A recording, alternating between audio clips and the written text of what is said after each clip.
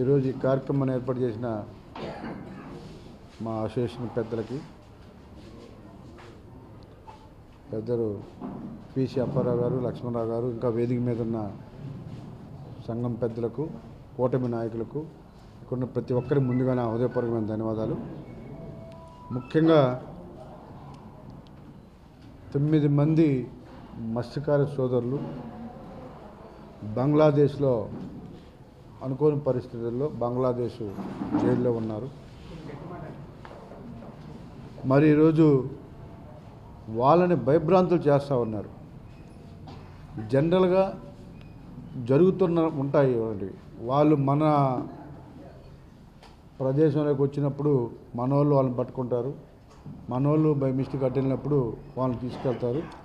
కాకపోతే 1-2 నెలల లోపు గతంలో వచ్చేవాళ్ళు బయటికి. ఇప్పుడు అక్కడ ఉన్న పరిస్థితుల దృష్ట్యా అక్కడ పబ్లిక్ హాలిడేస్, కోర్టుల హాలిడేస్ వల్ల కొంత లేట్ అయింది వాస్తవం.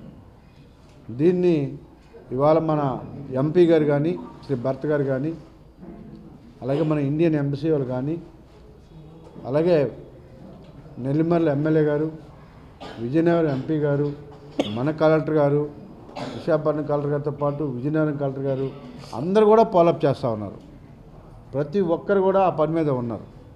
సో ఇవాళ మా పిసి అప్పారావు గారు అడిగారు, డీజీ గారు వాళ్ళు ఇక్కడ ఉన్నారు, వీళ్ళని వదులుతాము, వాళ్ళని వదలమని ఏదో ఒక లెటర్ ఉంటే అది కూడా నేను ఇప్పిస్తూ ఉన్నాను. ముఖ్యంగా సంఘం పెద్దలు కూడా అక్కడ ఎప్పటికప్పుడు ఏం జరుగుతుంది, వాళ్ళకి ఏం హెల్ప్ కావాలని కూడా పిసి అప్పారావు గారు కానీ లక్ష్మణ గారు చూస్తూ ఉన్నారు. వాళ్ళకి ప్రత్యేకంగా ధన్యవాదాలు. అలాగే మీరు అనుకున్నట్టుగా అక్కడ ఏమి కూడా ఇబ్బందులు లేవు, వాళ్ళు చాలా హ్యాపీగా ఉన్నారు. మీకు ఎవరో రాంగ్ చెప్పి భయభ్రాంతులు చేస్తూ ఉన్నారు. ఉద్దేశపూర్వకంగా రాజకీయాలు చేసే వాళ్ళని దగ్గర రానివ్వకండి. అక్కడ ఇండియన్ ఎంబసీ వాళ్ళు వెళ్ళి వాళ్ళకి కావాల్సిన బట్టలు, వాళ్ళకి కావాల్సిన ఫ్రూట్స్ ఏదైతే వాళ్ళకి సప్లై చేస్తూ ఉన్నారు. వాళ్ళు చాలా హ్యాపీగా ఉన్నారు. ఏ ప్రాబ్లం లేదు, మీరు ప్రశాంతంగా ఉండండి.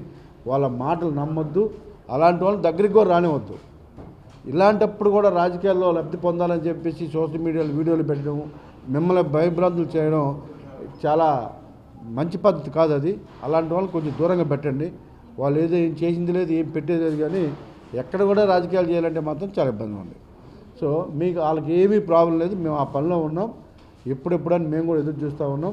ముఖ్యంగా వాళ్ళు ఎన్ని రోజులైతే ఉన్నారో మాకు డే 1 నుంచి ఈ రోజుకి అన్ని రోజులు కూడా నేను ప్రభుత్వం దృష్టికి తీసుకెళ్ళా. వాళ్ళ కుటుంబాలకు నెలకు ఒక 20,000 అందాక ఇవ్వండి వాళ్ళు వచ్చేంతవరకు అని దాన్ని ప్రభుత్వానికి కూడా పంపించడం జరిగింది. ఆ ప్రాసెస్ కూడా చేస్తూ ఉన్నాం. అలాగే ఇవాళ ఎంతో కొంత మేము కూడా సాయం చేయాలని చెప్పేసి మీ అసోసియేషన్ పెద్దలు నేను కలిపి కొంత ఆర్థికంగా మీకు సాయం చేస్తూ ఉన్నాం. రానున్న రోజుల్లో మళ్ళీ ఒకవేళ లేట్ అయినా ఇప్పటివరకు దానికి కూడా ఒక ప్రపోజల్ పెట్టే, నేను నెలకు ఒక 20,000 వాళ్ళ కుటుంబాలకు ఇవ్వమని నేనే పంపించాను ప్రపోజల్. కలెక్టర్ గారు కూడా దానికి స్పందించి ప్రభుత్వాన్ని పంపించారు.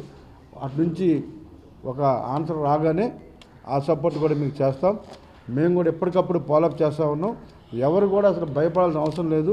ఏ చిన్న ప్రాబ్లం ఉన్నా కూడా మన ఎంబసీకి మనకు తెలియపరుస్తారు. వాళ్ళకి ఏదైనా ఇలా హెల్త్ బాగాలేకపోయినా లేకపోతే ఏదైనా ఇష్యూ అయినా కూడా వెంటనే తెలియపరుస్తారు. చనిపోవడం వాళ్ళు లేకపోతే అక్కడ జ్వరాలతో ఉన్నా అసలు ఏమన్నా మన ఇంట్లో ఎలా ఉంటుందో అక్కడ కూడా అలాగ ఉంటుంది. సో అది రూల్స్ కాబట్టి వాళ్ళని తీసుకెళ్ళి ఎక్కడ నుంచో అక్కడ ఉంచారు తప్ప మన దగ్గర కూడా ఉన్నారు వాళ్ళు. సో ఈ కామన్గా జరుగుతూ ఉంటాయి. సో దయచేసి ఎవరు కూడా భయభ్రాంతులు అవ్వద్దు. దాని గురించి మేము ఎంత తొందరగా తీసుకురావాలో అంత తొందరగా తీసుకురా మేము ప్రయత్నం చేస్తున్నాం. వాళ్ళ కోర్టులు కానీ ఫ్రీగా కొంచెం ఓపెన్ అయితే ఆ గొడవలు అవుతున్నాయి అక్కడ వాళ్ళకి. ఆ కోర్టులు కానీ ఓపెన్ అయితే ఇమ్మీడియట్గా మన వాళ్ళు బయటకు వచ్చేస్తారు. సో అది త్వరలోనే జరుగుతుందని ఆశిస్తున్నాం. మన వాళ్ళు కూడా అక్కడ జరుగుతున్న అల్లర్ల మీద మన పిఎం గారు ఒక స్టేట్మెంట్ ఇచ్చారు, తొందరలో ఎలక్షన్ పెట్టి తొందరగా క్లియర్ చేసుకుని ఆ గొడవ లేకుండానే. సో ఎంత తొందరగా అవకాశం ఉంటే తొందరగా బయటకు తీసుకురావడానికి మేము ప్రయత్నం చేస్తాం. అతి త్వరలోనే